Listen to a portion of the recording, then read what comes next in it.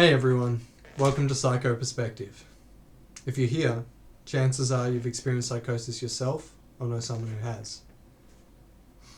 Today, I'm sharing my raw, unfiltered story, from the depths of multiple episodes to the tools that help me rebuild unshakable mental health. We'll dive into the three key phases of my recovery that turned my life around, from sedated, brain foggy and confused, to healthy, energetic, and thriving. Let's get into it. First, my story.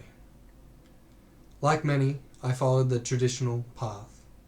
I completed a 3-year Bachelor of Science degree, achieved above average grades, dreaming of that stable job. I landed a gig at a digital media agency. Excited at first, learning new skills, making money, but after 6 months, the thrill died. Repetitive tasks, office politics, a mentor who left. I woke up every day dreading the 9 to 5, thinking, is this all that there is? I craved expansion, new possibilities. So, at a festival, I wanted to escape. It was supposed to be fun, mind-opening. Instead, it triggered my first psychotic episode and changed everything. Since then, I've had 5 stress-related breaks. One during COVID lockdowns, feeling trapped. Another in 2021's market boom, riding that high too far. One was when a job I dreaded was about to start, but I was forcing myself to do it. And others from relationship breakups, moves, business failures, all when life piled on too much. I've tried many medications, different therapies, and involuntary hospital stays. But the traditional medical system left me feeling like a case file, not a person. Isolated, misunderstood, dismissed by the system. Sound familiar? If you're nodding, know this. You're not alone, and there's a way out.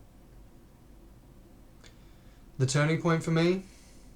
2 key mindset shifts. 1. Realizing psychosis isn't just mental. It's a brain injury and should be treated as such. And 2. Viewing these extremely challenging experiences as a catalyst for profound personal growth. If I could get through my reality being shattered, I'm much stronger than I realize. Now, let's break down the 3 phases of recovery that I experienced. These aren't from a textbook. These are from my lived experience. Phase 1, the healing fog. For me, the 4 key things during this phase were sleep, exercise, a ketogenic diet, and getting medication that worked for me. They sped up my recovery and rebuilt my trust in mind and body again. Phase 1 is right after an episode, the heavy sleep phase, where my brain was repairing.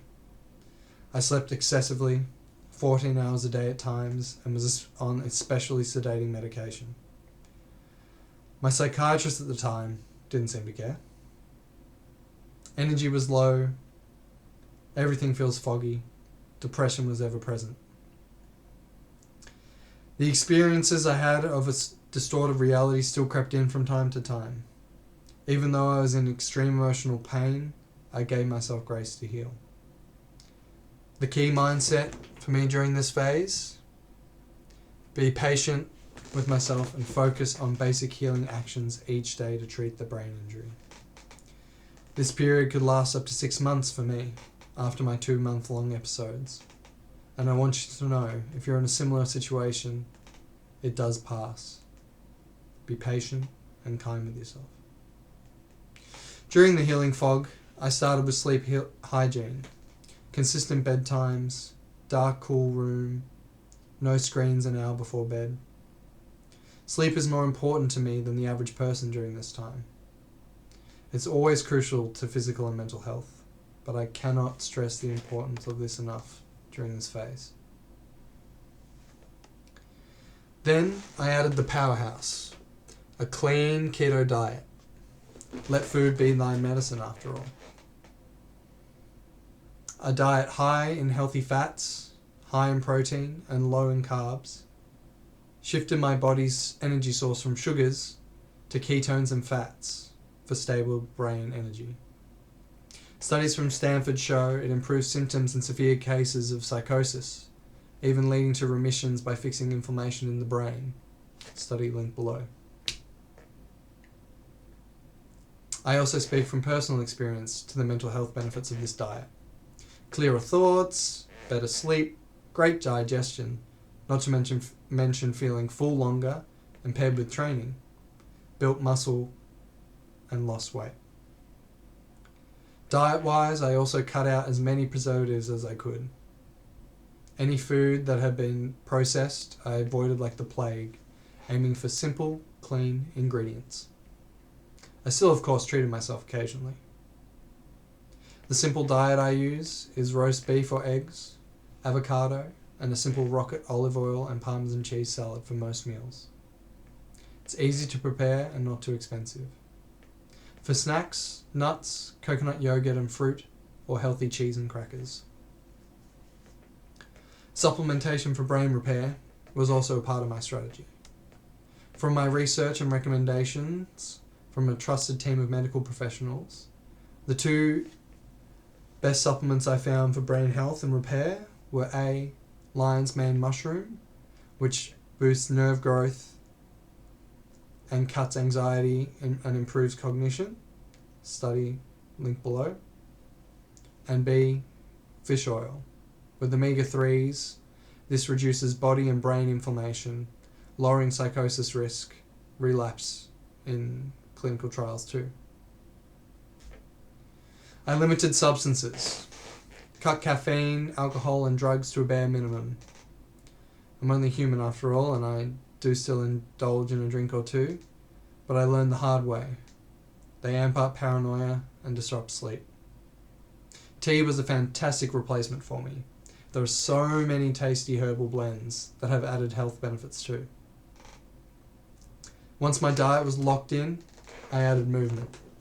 20 to 30 minutes minimum daily, sometimes up to 3 hours a day. Exercise truly is the miracle drug. I'm sure you already know this, but if you could take a pill that boosts endorphins, regulates dopamine, grounds your thoughts, builds energy levels over time, you would take it every day, right?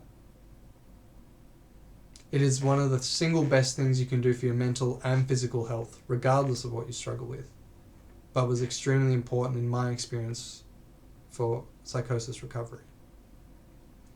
I picked movement disciplines I inherently wanted to learn already. I didn't want it to be boring like lifting weights at the gym. There were so many possibilities out there that I had to try. Things like calisthenics, partner acrobatics, rock climbing, running, martial arts, dance, and yoga. I did them all. I was a gymnast for 15 years, so call me biased, but movement is one of the joys in life anyway. It's crazy the health benefit it gives as a bonus. Movement with expression or mindfulness elements has added benefits of channeling my emotions, and I had so much fun doing it. Movement built my confidence, and I made new friends, so I built it as a non-negotiable in my life. Next came getting my meds right. I'm not a psychiatrist, but it's important if you're struggling with psychosis recovery to find a good one. Like any medical practitioners, there are harmful psychiatrists who have God complexes and treat you like an experiment, and ones that genuinely care about your health. Unfortunately, it's trial and error here, with finding the right medication and psychiatrist. Everyone reacts differently to each medication. What I can share is my own experience with the Australian medical system. I've tried the antipsychotics haloperidol, brexpiprazole, risperidone, aripiprazole, and olanzapine, and the moon stabilizers, sodium valproate, and lithium. Lithium and the earlier generation antipsychotics were horrible. Lithium gave me the shakes, haloperidol sedated me and gave me joint stiffness, even drooling at one stage. Risperidone made me depressed. Olanzapine gave me mania, made my symptoms worse. A ridiculous appetite, and made me put on weight. From my own experience, I found that the later generation antipsychotics, those that have been patented more recently, like aripiprazole and brexpiprazole, are much more effective and with lower side effect profiles. I'm still on a single medication today, but a goal of mine is to be completely free of it in a year or two.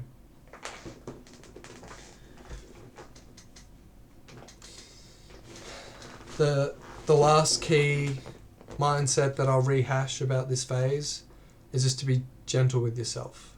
This phase is purely about your healing and giving your brain the best chance it has to repair. Phase 2 is where it gets more interesting. Building the A-team of professionals. Now I was out of the deep fog, but the fear of another episode still lingered. This is where I created a support network and educated myself on the mind and body. I dove into therapies and built a team of professionals to support my health. There are many options out there for effective therapies to choose from. Talk therapy isn't the only option. My goal was to build a rock-solid understanding of myself, my worldview, and my unconscious beliefs. I knew deep down that there were likely patterns of behavior and thinking that were leading to my instability. I was aware of some and unaware of others. Talk therapy was only slightly helpful. It wasn't deep enough for me. I used a combination of network spinal analysis, neuro-linguistic programming, and acupuncture to explore my beliefs and release emotions, and let them pass and process in a safe space. These awarenesses gave me a better stress tolerance and stability. Hospital admissions can be traumatizing. A key mindset shift I'll share from my inner work is one from anger at the system for sedating and ignoring me to one of gratitude that I came out of the episodes, that my body and mind had the intuitive wisdom and strength to heal. For increasing my physical health, to support my body and mind, I chose the path of Chinese medicine and naturopathy. I had advanced tests run on my adrenal system, genetic detoxification profile, and neurotransmitter levels, looking for signs if there was a biological or neurochemical reason I was having these episodes. I shifted my diet and supplementation according to the health wizards I found.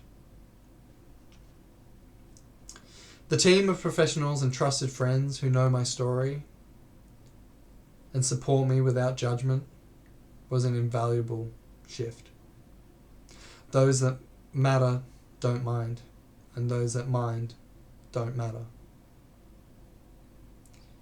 Next, I created an environment I could thrive in.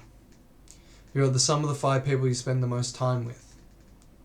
I knew if I was in a chaotic environment or around people who caused me stress, it wasn't going to aid my healing journey. I chose a location where I was close to nature, the people who support me, and my network of professionals. I made my room beautiful, added art, plants, calm lighting. I spent a lot of time in this space relaxing, journaling, sleeping, working, making it a true oasis to rest in was another step forward. Journaling was one of the best free tools I found to track progress, gain insights, or just empty my monkey mind. Journal prompts were extremely important for me because the quality of your life is determined by the quality of your questions. Next, I created an emergency plan to let trusted others know my early warning signs. I had tools and techniques to battle paranoia, racing thoughts, perception of hearing other people's thoughts, and mania. Tools that are great for me are drawing, playing calming music, playing guitar, adult colouring, breathwork meditations, and journaling. Building the A-team and a secure environment stabilizes you. From confused and isolated to connected, supported, and gaining optimal health. It took me months to find the right emotional outlets and professionals, but with consistency, I began to thrive, having emotional awareness and breakthroughs regularly. Phase 3. Thriving beyond. I'm stable now, I have exceptional health, a team to support me. Now it's time to transform. With routines and health locked in, my confidence has surged. Naturally, I've begun to pursue passions, build meaningful relationships, and set a life direction. This is the phase I'm in now. I continue to work with my A-team on long-term prevention strategies and increase my understanding of my own health and inner world. Preventing relapses by monitoring and adjusting. I have agency now. No more victim mentality. How does my life look now? From a break a year, from 2019 to 2024, to 0 this year. Thriving, performing partner acrobatics, building meaningful relationships, creating this channel, helping others. If you're in phase 1 or 2, no. You can reach 3. It's not easy. It takes work, but it is possible. What do you have to do that's better for yourself, friends, and family than to become happy, healthy, and strong again? If you made it to the end of this video, thanks for watching. If this has helped you in any way, please support the channel, like and subscribe, and share your phase of recovery in the comments below. For a deeper dive, check out my website, linked in the description below as well, for my upcoming course, Becoming Reborn After Psychosis. Sign up for my email list, where I'll send free psychosis recovery tips, or book a free 30-minute call to discuss your story and challenges you're currently facing with me. Please remember, you're stronger than you know. See you next time.